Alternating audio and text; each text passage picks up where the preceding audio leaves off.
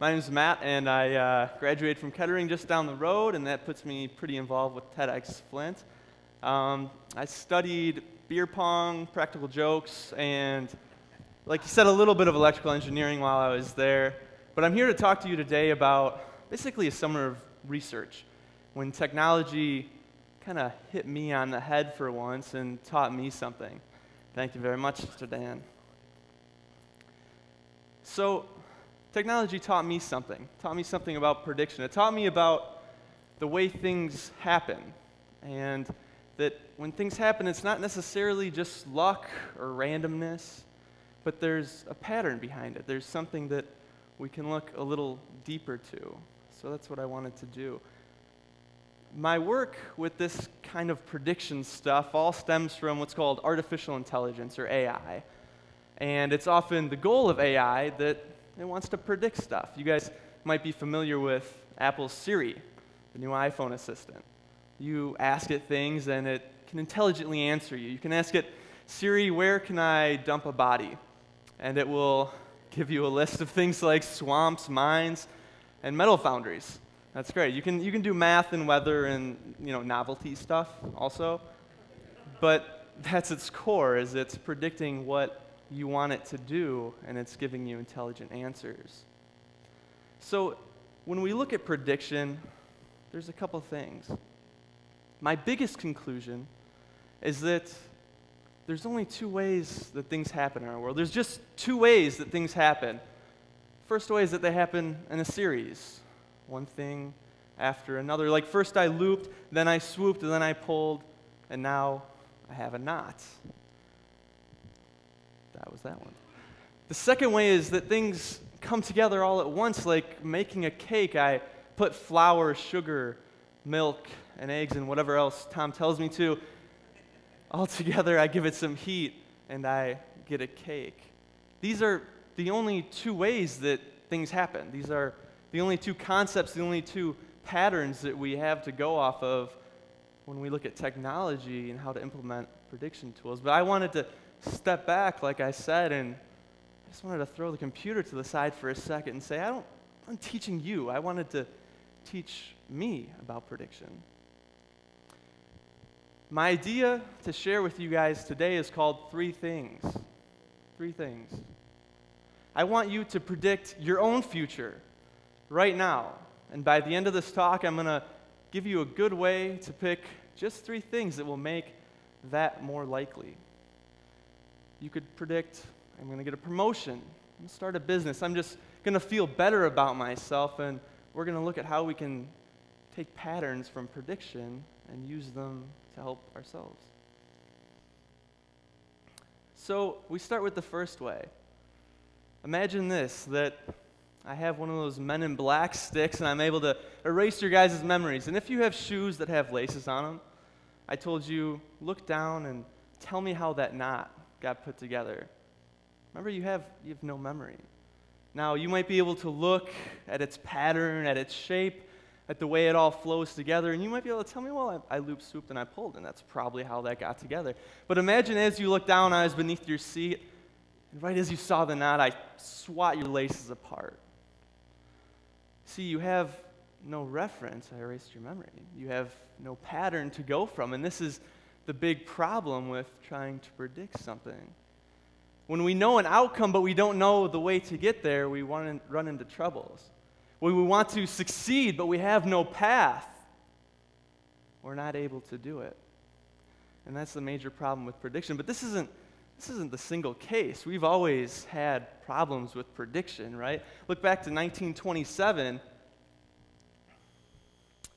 There's our brick wall. Look back to 1927 when H.M. Warner said, why the hell would we want to hear actors speak?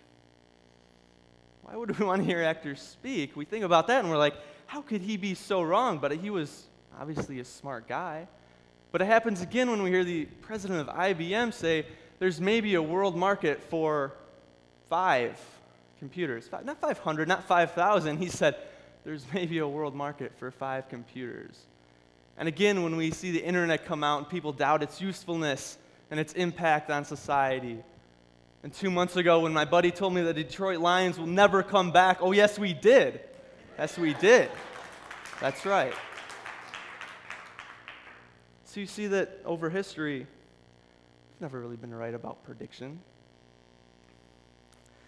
One of the main reasons why we're so bad at this is because and that will make sense in a second, I promise. One of the main reasons why we're so bad at this is we're unable to predict the change, the pace of change. We're unable to see the vastness of the world in a way that things line themselves up. With the internet, with computers, this has contributed to technology and knowledge, the growth of these two things that we underestimate continually. Look at the growth of knowledge in Africa. We enable them to go to rural villages, give them a smartphone, and now everyone can look up things from recipes to medical treatments on their phones. Imagine the tweets from these guys, okay? Just out with my tribe, ran 50 miles, killed an antelope for all my peeps. I want to tweet that. That is awesome. I want those tweets, okay? Just wait till they get Nike Plus auto-posting to Facebook. See how dumb we look when we're like, yeah, we ran 2.3 miles today. I have nothing on these guys. So back to the idea of prediction. We want to look at successful models. We want to look at successful people, so maybe we can use some of that for ourselves. And this might be cliche, but I'm allowed to do it because I'm a software developer. Steve Jobs and Bill Gates, two tech titans, right? Bill Gates was kind of this nerdy kid that would sneak out at 3 a.m. He'd walk down to the computer lab and he'd program all night. His parents thought something might be wrong with him when he was a kid because he was always so damn tired.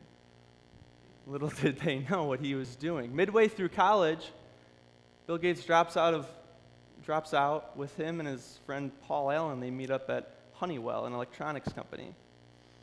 It was there that they convinced a computer company that they had software that ran on their newest product. So they were invited for a demo. They had no software. So him and Paul Allen spent the next 2 months scrambling, coding, getting everything together, and delivered a product that they never even tested on that machine. It was perfect. And that's how Microsoft got born. Steve Jobs, on the other hand, he started off in Silicon Valley. He was familiar with electronics as a kid, and he hung out at HP a lot, which was one of the most innovative companies, if not still pretty innovative, back when he was there. He met Steve Wozniak, or Woz, as some of us Apple cult followers know him. But again, in college, midway through, he dropped out. Now, he went to India to find spiritual enlightenment, or he may or may not have used some drugs over there. We'll find out in his biography. But then he came back when he was 21. He started Apple with, again, his friend from before, Steve Wozniak, complementing his programming skills with Steve's business skills. Apple was extremely successful, but later on he got fired from that position. But it was at that time that he persevered. He created Next, created a little company called Pixar. It was in 1997 when he got hired back as CEO, and as you know, the rest plays out in our hands, our pockets, and our homes today. So what do we take from that? Well, when we look at them at an individual level, yeah, they're pretty different dudes. I mean, kind of a hippie guy, very nerdy, but when we kind of stand back and we blur the picture a little bit, there's patterns. There's some things that we can take away from that. They were both obsessed with something that they loved. They pursued it to the utmost. But most importantly, they ran their lives off of their intuition. They did things that they thought were good for them.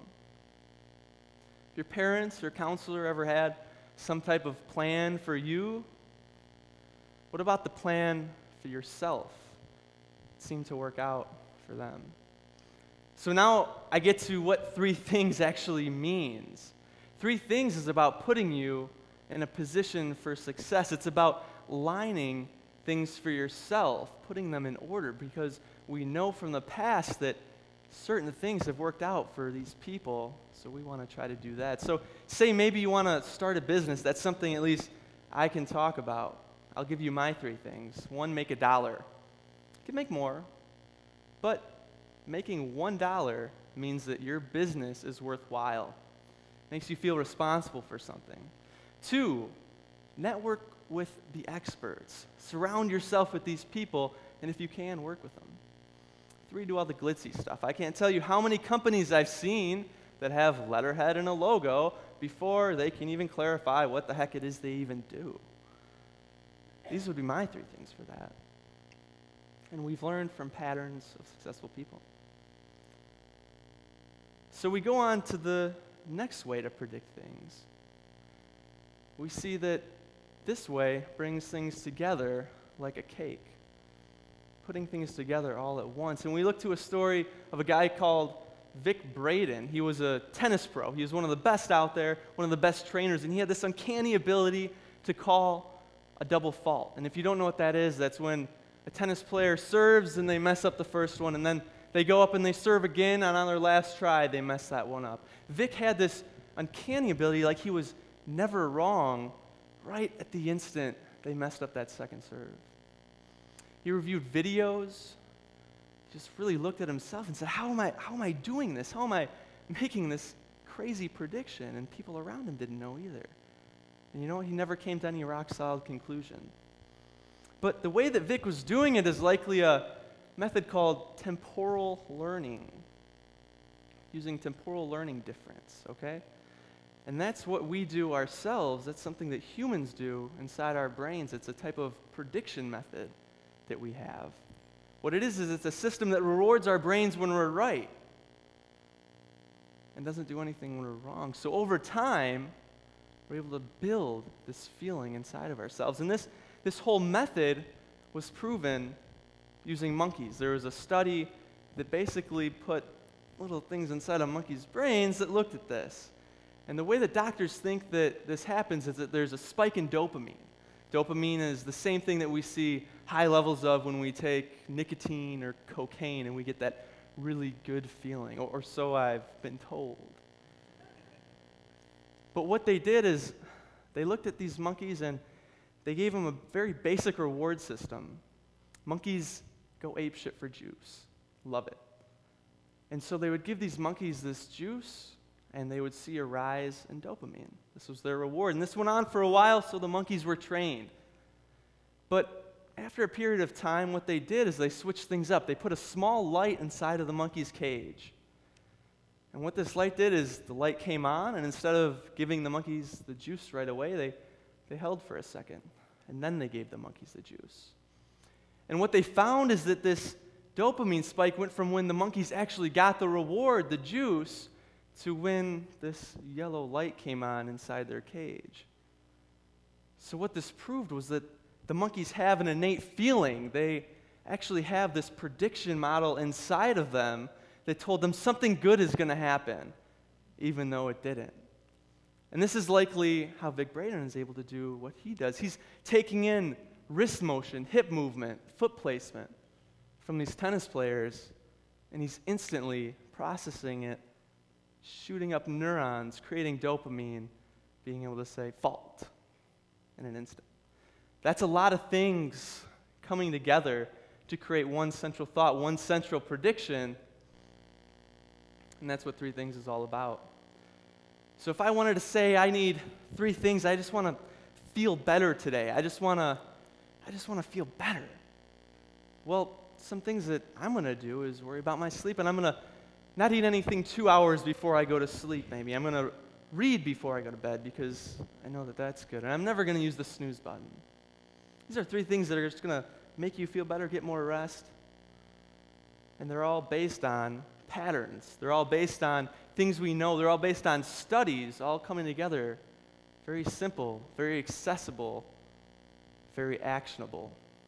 That's what 3 things is all about. So now I urge you to make the prediction for yourself. I urge you to pick your 3 things. There's a pattern out there for everything. And I hope I've given you a good reason to see that it's not just luck, it's not just randomness that everything in this world happens. It's really just a matter of figuring out the pattern. So I hope you can use it to your advantage, and I hope you can completely exploit it using 3 things. Thank you.